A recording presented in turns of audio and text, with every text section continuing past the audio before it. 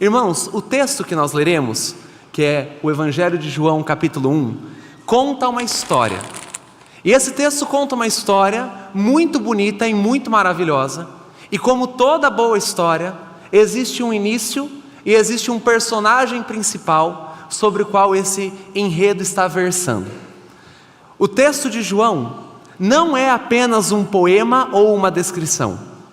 Ele está contando algo sobre alguém. E para a gente entender que história nós vamos encontrar durante essa noite, no texto, e quem é o personagem, peço que você veja ali comigo os 2 primeiros versículos. O evangelista João diz o seguinte: no princípio era o Verbo, e o Verbo estava com Deus, e o Verbo era Deus. Ele estava no princípio com Deus.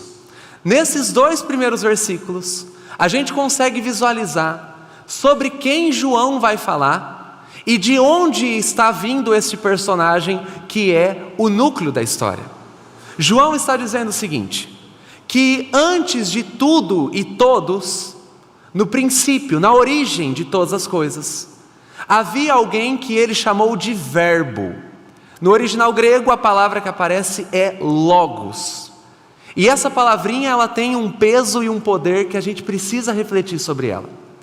Se a gente vivesse na época de João, a palavra Logos não seria uma palavra estranha aos nossos ouvidos. Essa era uma palavra que era alvo de disputa. Os gregos tinham uma ideia sobre o que era essa palavra. Logos é a palavra que era usada para se referir ao princípio criador de todas as coisas. E os gregos pensavam que o Logos, o princípio criador, podia ser vários tipos de coisa. Alguns gregos entendiam que esse princípio que originou tudo e todas as coisas era a água. Outros diziam que esse princípio que originou tudo e todas as coisas era a matemática. Deus nos livre disso, né, irmãos? Outros gregos diziam que eram os 4 elementos: terra, água, fogo, ar. E os gregos, eles ficavam versando sobre esse assunto. O Logos era alvo de disputa. Cada pessoa tinha uma ideia sobre o que havia na origem do universo. Mas quando João escreve o Evangelho, João está dizendo o seguinte: no princípio havia o Logos, havia esse que foi o original, o primeiro, que deu origem a todas as coisas. E este Logos estava com Deus e era Deus. O que João está dizendo para a gente é que a origem de todo o universo não é matéria nem matemática. A origem de todo o universo é uma pessoa que estava com Deus antes do próprio tempo e do espaço serem criados. Então João, ele já está chegando, colocando ali na mesa o que ele acredita e o que ele sabe que é verdade. Antes do mundo ser formado, antes da criação existir, antes de cada cometa e cada constelação, quem existia era o Verbo de Deus, o Logos. A gente sabe que esse Verbo vai entrar na história e vai ganhar um nome, o nome de Jesus. Então o que João está dizendo para a gente é: antes de tudo e todos, antes de qualquer início de história, havia Jesus Cristo. Jesus estava lá. E João está contando então a história de Jesus. Ele estava no princípio. E ele não é só um homem bacana ou interessante. João está dizendo para a gente que Jesus Cristo, o Verbo, era Deus. Tem o poder de Deus, o tamanho de Deus, a eternidade de Deus. Esse é o personagem da história que João está contando. Já tira o nosso pé um pouquinho do chão. João não está contando uma história simples. Ele está voltando na origem do universo, lá no começo de todas as coisas. E no começo de todas as coisas, ele encontrou este personagem, Jesus Cristo. Agora veja a história que João conta progredindo, versículos 3 e 4. Todas as coisas foram feitas por ele, pelo Verbo, e sem ele, nada do que foi feito se fez. A vida estava nele, e a vida era a luz dos homens. A luz resplandece nas trevas, e as trevas não prevaleceram contra ela. João então vai dizer para nós que o Verbo, Jesus, estava lá na origem e que todas as coisas derivaram por criação deste verbo. Ele está dizendo que tudo no universo foi feito por este ser original, Jesus Cristo. E que sem este ser original, Jesus Cristo, nada seria feito. Isso significa que cada constelação e cada bactéria que existe no mundo, cada sol que brilha nesse universo e cada grama que existe sobre a terra, cada uma dessas coisas tem dedo de Jesus Cristo por trás e não existiria se Jesus Cristo não quisesse que tivesse vindo à existência. Cada árvore, cada bactéria, cada borboleta, cada estrela, cada universo que pode existir aqui, se a gente acreditar que existem vários, tudo isso só existe porque um dia Jesus Cristo pensou, idealizou e realizou esta obra de criação. Então a gente está vendo que este ser, Jesus, ele é o primeiro de todos, ele estava antes de todos e ele fez todos. E aí a gente começa a ver a gente nessa história, porque significa que se tudo foi feito por Cristo, então eu e você somos obra do Verbo de Deus. Se tudo e todas as coisas vieram da vontade de Jesus, se Jesus é o agente da criação, eu e você, com cada aspecto que temos, somos permissão e realização da vontade de Jesus. Significa que o nosso corpo, alma, existência, não é algo que nos cabe. E aí a gente já começa também a sentir o peso. Significa que eu e você não somos os donos da nossa história, nem os portadores da nossa existência. Nós existimos porque um dia Jesus realizou a nossa existência. Se Ele não quisesse, eu e você não tínhamos fôlego para vir a esse mundo. O Verbo estava com Deus, o Verbo era Deus, todas as coisas foram feitas por intermédio dele. Sem Ele nada do que foi feito se fez. E aí a gente entende a verdade. Nele estava a vida. Em Jesus Cristo, a fonte da vida é encontrada e cada ser vivo que respira bebe gratuitamente dessa fonte. Mas João vai dizer para a gente também que a vida é a luz dos homens e que a luz resplandece nas trevas e que as trevas não prevaleceram contra a luz do Verbo, contra a luz de Jesus. Aqui a gente consegue visualizar um outro aspecto. João sabe que por causa do pecado de Adão e dos pecados dos homens, um elemento apareceu na criação: as trevas. João, ele não é negligente com o fato de que existem trevas sobre a história, trevas sobre a terra. Quando João usa o termo trevas aqui, ele não está se referindo à noite ou à escuridão.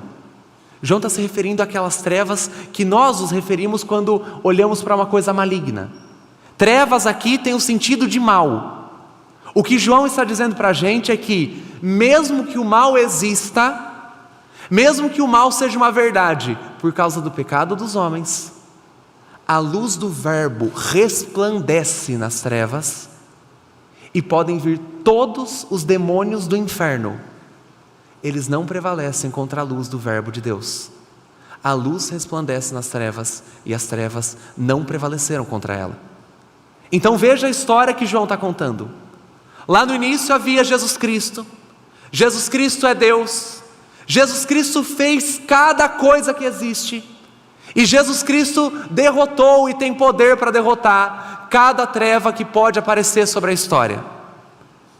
Mas a história vai continuar. João é um bom contador de histórias e ele vai colocar agora um personagem para trazer o Verbo para a nossa realidade. Veja ali o versículo de número 6. Houve um homem enviado por Deus e o nome dele era João, João Batista. Este veio como testemunha para testificar a respeito da luz, para que todos viessem a crer por meio dele. Ele não era a luz, mas veio para dar testemunho da luz, a verdadeira luz que, vinda ao mundo, ilumina toda a humanidade. O Verbo estava no mundo, o mundo foi feito por meio dele, mas o mundo não o conheceu. Veio para o que era seu, mas os seus não o receberam. Esse João, que aqui é mencionado, não é o evangelista. Como que a gente sabe disso? O evangelista João não coloca o nome dele no seu evangelho. Ele não quer aparecer. Ele se refere a outro João muito facilmente, mas ele mesmo deixa o nome dele sempre escondido. E esse João que anuncia o Verbo é o João Batista, que prepara o caminho para a grande vinda do Senhor. O João evangelista está dizendo para a gente então que o Verbo teve um homem que o anunciou, João Batista. Esse João Batista não era a luz, mas veio para testificar do Verbo e da luz do Verbo, da luz de Jesus. E ele usa uma expressão que é onde a gente vai deitar os nossos olhos. João vai dizer o seguinte, que o Verbo estava no mundo, ele que é a luz que ilumina todo homem. Aqui é uma expressão importante para a gente entender. Quando a gente lê esse texto, parece que Jesus Cristo, quando veio ao mundo, trouxe luz para toda a humanidade, e em um certo sentido sim, mas não a luz de salvação para todos. Isso é importante a gente destacar. Quando Jesus Cristo veio a este mundo, Jesus Cristo trouxe luz no sentido de que ele clarificou o juízo sobre todos os homens. Quando a luz de Deus veio para cá, quando Jesus veio para cá, Jesus trouxe luz para revelar condenação e salvação. Condenação para alguns homens, salvação para outros homens. O Verbo de Deus, quando apareceu, esse Verbo veio para trazer à luz quem é quem. Por isso que Jesus Cristo, em alguns lugares é chamado de pedra de salvação, em outros lugares é chamado de pedra de tropeço. No momento que Jesus Cristo desce para vir para este mundo, ele se torna tão evidente e claro que ele é o definidor do futuro de cada homem e de cada mulher. Jesus traz luz nesse sentido. Ele revela condenação e salvação. Mas na história que João está contando, vem uma triste notícia. O Verbo, esse original, o primeiro de todos, que fez tudo e que fez todos, veio ao mundo, veio para os seus. E aí vem a nossa nota de condenação. Os seus não o receberam. Ele estava no mundo, o mundo foi feito por intermédio dele, e o mundo não o conheceu. João escreve o Evangelho depois de ter visto toda a história de Jesus: nascimento, crucificação, ressurreição e ascensão aos céus. E João sabe que isso é uma verdade. João sabe que Jesus é o Verbo, Jesus é a luz, e Jesus é o homem mais rejeitado dentre todos os homens que existiram sobre a terra. Jesus foi negado pelo povo que ele mesmo criou e o povo que ele tirou do Egito. Jesus foi negado pelos fariseus que estudavam a lei que o próprio Jesus pronunciou. Jesus foi abandonado pelos discípulos que ele mesmo chamou e que ele fez vários milagres acompanhando seus discípulos. Jesus foi negado por uma série de pessoas no Evangelho, de Herodes a Pilatos, de Pedro até nós. Porque se houve um homem que foi rejeitado e que não deveria, é o Senhor Jesus Cristo. Ele é o autor de tudo. Eu e você respiramos porque Jesus é bondoso. A gente tem um monte de coisa, a gente tem 5G, a gente tem Wi-Fi, a gente tem iPhone, mas se Jesus tirar o ar do planeta, a gente seca na hora. Mas a gente rejeita Jesus. Não só Herodes o nega, e não é só Pilatos que lava a mão. Cada ser que pisou nesse planeta, em algum momento, olhou para o Criador e disse: não quero você. Todas as coisas foram feitas pelo seu intermédio, mas que você fique no céu, eu sou o Senhor da minha história. Jesus Cristo não foi só rejeitado pelos judeus. Jesus Cristo é rejeitado continuamente, até hoje. Porque cada um que nasce inimigo de Jesus, por causa do pecado que habita na gente. Então a história que João está contando começa com o Verbo, aquele que estava com Deus, Criador de todas as coisas, mas ironicamente rejeitado pelos seres que ele fez sair do pó da terra. Mas a história não para por aí. João ele vai continuar na última sessão que a gente vai ler. Ali, versículo de número 12. Mas a todos quanto receberam, deu-lhes o poder de serem feitos filhos de Deus, aos que creem no seu nome, os quais não nasceram do sangue, nem da vontade da carne, nem da vontade do homem, mas de Deus. E o Verbo se fez carne e habitou entre nós, cheio de graça e de verdade, e nós vimos a sua glória, glória como do unigênito do Pai. O que João está dizendo na história é o seguinte: de fato, muitos rejeitaram. De fato, cada homem que nasceu olhou para Jesus Cristo e quis virar as costas para Jesus em algum momento. Em algum momento, por mais santo que nós pareçamos, nós escolhemos o pecado. Mas cada pessoa que recebeu Jesus como salvação, cada pessoa que creu em Jesus Cristo, essas pessoas foram colocadas num grupo muito seleto, chamados de filhos de Deus. Então olha que história bonita.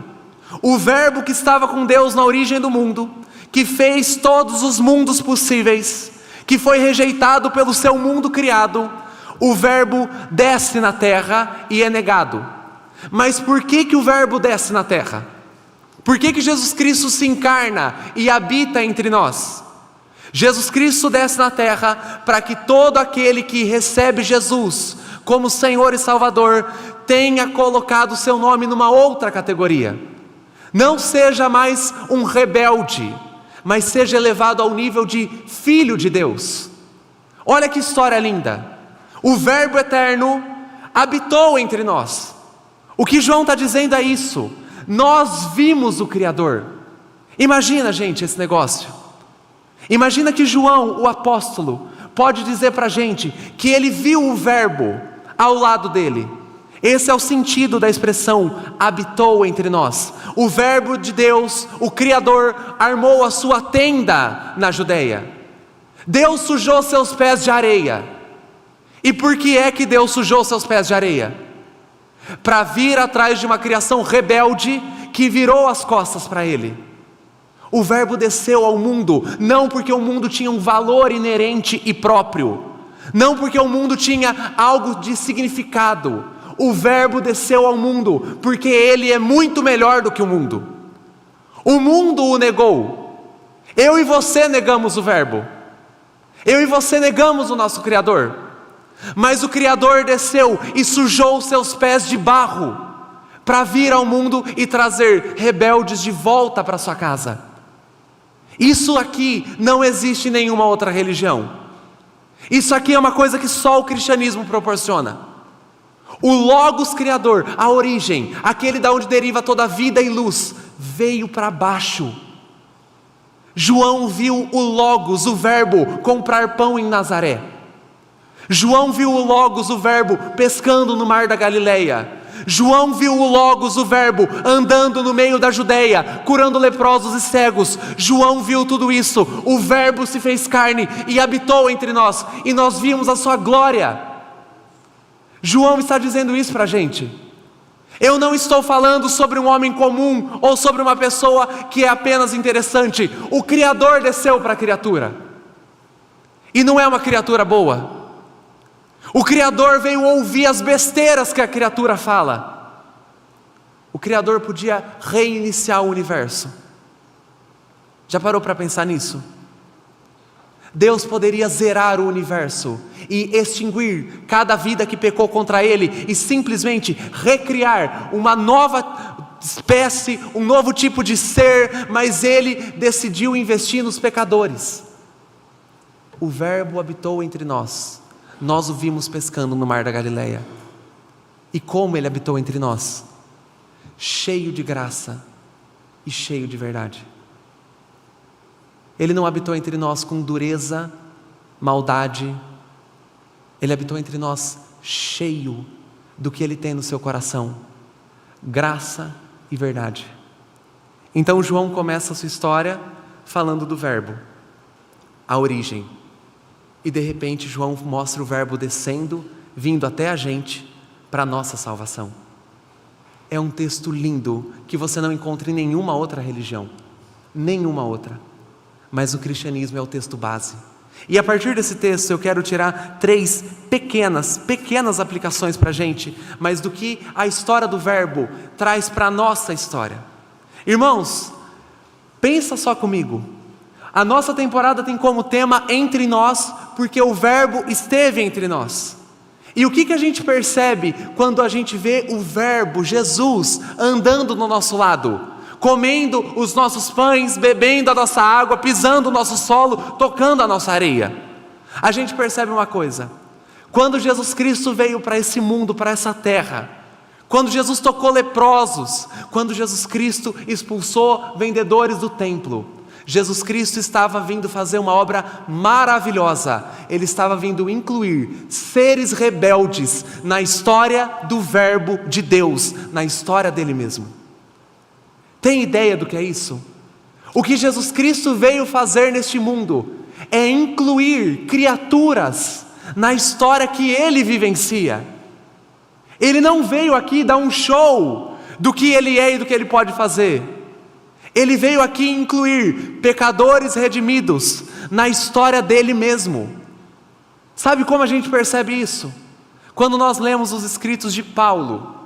Paulo é enfático em dizer que a vitória de Jesus na cruz do Calvário é a nossa vitória sobre a morte. Paulo é enfático em dizer em vários textos que a vitória de Jesus Cristo sobre o diabo é a nossa vitória sobre o diabo. Por que o apóstolo Paulo fala isso? Porque quando o verbo esteve entre nós, o verbo nos inseriu na sua história pessoal. E agora a história do verbo, Jesus Cristo, é a história de todo aquele que crê nele. Por isso que a vitória do Senhor é a nossa vitória. Por isso que a glorificação de Jesus Cristo é a nossa esperança de glória. Porque o verbo desceu entre nós para nos inserir na sua própria história pessoal. Isso é mais do que simplesmente tirar do inferno. Isso é colocar a gente numa narrativa que é maior do que a gente. Cada crente que pisa nesse mundo, cada crente que confia em Jesus, está inserido não só na sua história individual, está inserido na grande história de vitória do Cordeiro. Cada crente que pisa no mundo acompanhará os passos de Jesus pela eternidade. E quando Jesus Cristo descer do céu e pisar a cabeça da morte, cada crente estará junto, celebrando essa vitória. Quando Jesus Cristo descer do céu e governar sobre as nações, os céus forem refeitos e a criação for renovada, cada crente celebrará isso, porque o verbo, quando esteve entre nós, nos inseriu na sua história pessoal. Isso é uma bênção para a gente. Então a nossa vida não é isso aqui, esses 70, 80 anos que a gente vai viver. Nossa vida não é a faculdade que a gente tem, nossa vida não é o emprego que a gente tem, a família que a gente tem. Nossa vida passou a ser a história de Jesus. E onde Ele venceu, nós temos esperança. Onde Ele sofreu, nós temos amigo. Onde Ele foi crucificado, nós temos ressurreição. Porque Ele inseriu a gente na história dele. Essa é a primeira coisa que a gente percebe quando o verbo esteve entre nós. Uma segunda constatação: o verbo, Jesus, veio entre nós para inserir gente rebelde, não no nível de apenas conhecidos, mas familiares. A todos quanto receberam, deu-lhes o poder de serem filhos de Deus. Filhos de Deus. Jesus Cristo é o Filho unigênito. Jesus Cristo é o Filho de Deus que foi gerado desde a eternidade. Mas Jesus Cristo, o Filho unigênito, desceu para abrir a porta da casa, para que outros filhos que Deus escolheu entrassem junto com Ele. O que é que Jesus Cristo fez entre nós? Jesus Cristo veio dar uma família para todo aquele que nele crê. E é uma família que extrapola laço sanguíneo. É uma família que extrapola laços temporais. É a família daqueles que foram feitos filhos de Deus, porque creem no Verbo eterno Jesus. Irmão, quando o Verbo desceu aqui, o Verbo veio trazer para a gente casa. Aqueles que não tinham morada, porque simplesmente não tinham nenhum tipo de esperança ou família para deitar a sua cabeça, no Verbo de Deus, Jesus Cristo, encontram família onde eles podem habitar pela fé. Jesus veio nos transformar em filhos daquele que é o Senhor dos exércitos. Olha a bênção disso. Isso eleva a vida do crente a um nível que nada no mundo pode elevar. Você pode ter dinheiro, sucesso, fama, riqueza, N relacionamentos, mas a alcunha de filho de Deus só por meio de Jesus Cristo, e isso vale mais do que o próprio cosmos. E Jesus veio trazer isso de graça. O Verbo esteve entre nós, vimos a sua glória, e o Verbo abriu as portas da sua mansão para que vários filhos rebeldes pudessem voltar para casa. Quando Cristo esteve entre nós, Ele veio expandir a sua família. E a minha pergunta é: Jesus tinha carência? Não. Jesus tinha muitas coisas mais interessantes para fazer. Irmãos, Jesus Cristo podia fazer coisas que a gente não consegue nem mensurar. A nossa cabeça limitada não consegue imaginar como Deus poderia gastar o seu poder. Quantas coisas mais interessantes Jesus Cristo não poderia fazer? Mas o Verbo desceu para abrir a porta de casa. E a gente agora tem um lar. A gente agora tem família. E é família de Deus. Você tem ideia de que quando você morrer, a morte vier engolir você, te sequestrando de cada um dos seus familiares e amigos? Caso você crê em Jesus, tem um irmão que estará do outro lado, vencendo a morte de dentro para fora e arrancando você da boca dela. Você tem ideia de que quando os seus dias neste planeta terminarem, tem Pai no céu, caso você seja crente, que vai te receber com um sorriso no rosto, dizendo: vem, filho amado, vem para casa. Tem ideia de que se o demônio, se o inferno inteiro se colocar pedindo a tua alma, eles não podem arrancar, porque o Verbo de Deus se tornou filho de Deus. Isso aqui é notícia para a gente celebrar e exultar. Nós não tínhamos nenhum lugar onde a gente podia descansar em esperança, mas Jesus Cristo trouxe isso para a gente. Tem uma profecia lá em Sofonias que é linda e que ela ilustra o que tem que acontecer no nosso coração quando a gente vê essa notícia. Lá em Sofonias, capítulo de número 3, o profeta Sofonias diz o seguinte, veja que lindo, a partir do versículo 14: cante, ó filha de Sião, grite de alegria, ó Israel, alegre-se e exulte de todo o coração, ó filha de Jerusalém.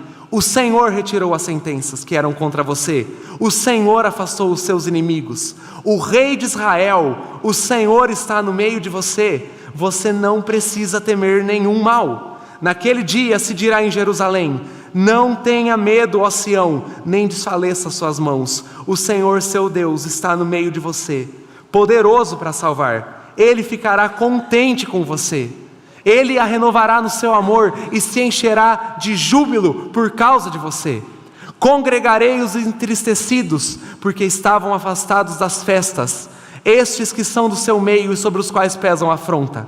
Eis que naquele tempo agirei contra todos os que afligem, salvarei os que cocheiam e recolherei os que foram expulsos. Farei deles um louvor e um nome em toda a terra, em que foram envergonhados. Naquele tempo farei com que vocês voltem e os recolherei. Certamente farei de vocês um nome e um louvor entre todos os povos da terra, quando eu restaurar a sorte de vocês diante dos seus próprios olhos, assim diz o Senhor. Isso se concretizou no Verbo encarnado Jesus. Eu e você não tínhamos festa para a gente entrar, mas Deus desceu para abrir a porta da casa. Então a primeira coisa que nós podemos ver, o Verbo esteve entre nós, para que o Verbo nos inserisse na sua história, e a vitória do Cordeiro tornou-se a nossa vitória. A segunda questão, o Verbo esteve entre nós para nos inserir na sua família. E por último, o Verbo esteve entre nós, habitou entre nós, tabernaculou entre nós, porque queria conosco relacionamento pessoal, não distante, nem ausente. Por que Deus não nos salvou do céu? Por que Deus do seu trono não gritou, salvação? E a gente simplesmente teve o nosso pecado perdoado? Porque Deus quis pessoalmente descer ao nosso nível, olhar no nosso olho, tocar a nossa lepra, abraçar o nosso fluxo de sangue, segurar a cruz de Barrabás, encostar num Pedro pescador, colar a orelha de um soldado. Deus desceu porque é do seu interesse uma relação pessoal com a sua criatura. O que isso significa? Deus não quer que você trate Ele como uma bela teoria, uma palavra bonita, um nome legal. Deus não quer que você trate Ele como se Ele fosse apenas um conceito. O Verbo se fez carne, foi nosso vizinho, habitou entre nós, pescou na Judeia, andou em Bauru, caminhou na nossa casa, entrou na nossa escola, habita na nossa igreja, dorme conosco, acorda conosco, porque o Verbo não salva à distância, Ele quer um relacionamento pessoal com seus filhos. Isso significa que o crente, eu e você, temos o privilégio de um dia olhar nos olhos do original, o Verbo, e chamá-lo de amigo. Eu e você, cristão e cristã, não temos apenas Salvador. A gente tem pai, irmão, amigo, advogado, conselheiro, Deus forte, Pai da eternidade, Príncipe da paz, Emanuel, Deus conosco. Isso significa que, se você está entendendo o cristianismo na perspectiva de um conceito, uma coisa legal, está errado. Jesus é pessoa, o Verbo encarnado, e foi nosso vizinho, porque quer entrar na nossa casa. E aqui vem o meu apelo para você.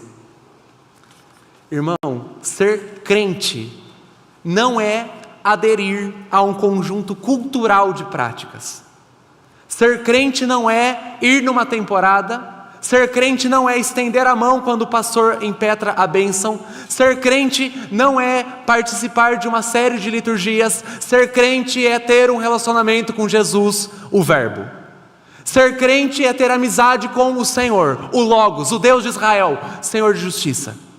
Ser crente é estar com Ele, ter amizade com Ele, olhar para Ele, orar a Ele, confiar nele e depositar nele confiança pessoal e o coração no mais íntimo que for possível. Isso é cristianismo. É derramar a alma nos braços do Verbo de Deus e saber que Ele recebe porque Ele tabernaculou entre nós. E aí vem o nosso convite. Se você é crente de verdade, você sabe que você tem livre acesso para deitar a sua alma e o seu coração nos braços de Jesus e Ele não jogará você fora. Mas se você não é crente de verdade, se até agora o cristianismo foi teoria na tua cabeça, o Verbo está encarnado, o Verbo andou entre nós, para que você trate Deus não como um conceito filosófico, uma coisa, uma energia, para que você trate Deus como aquele que estava no nosso lado na Judeia, habitou entre nós, vimos, tocamos, abraçamos, porque quer ter um relacionamento pessoal.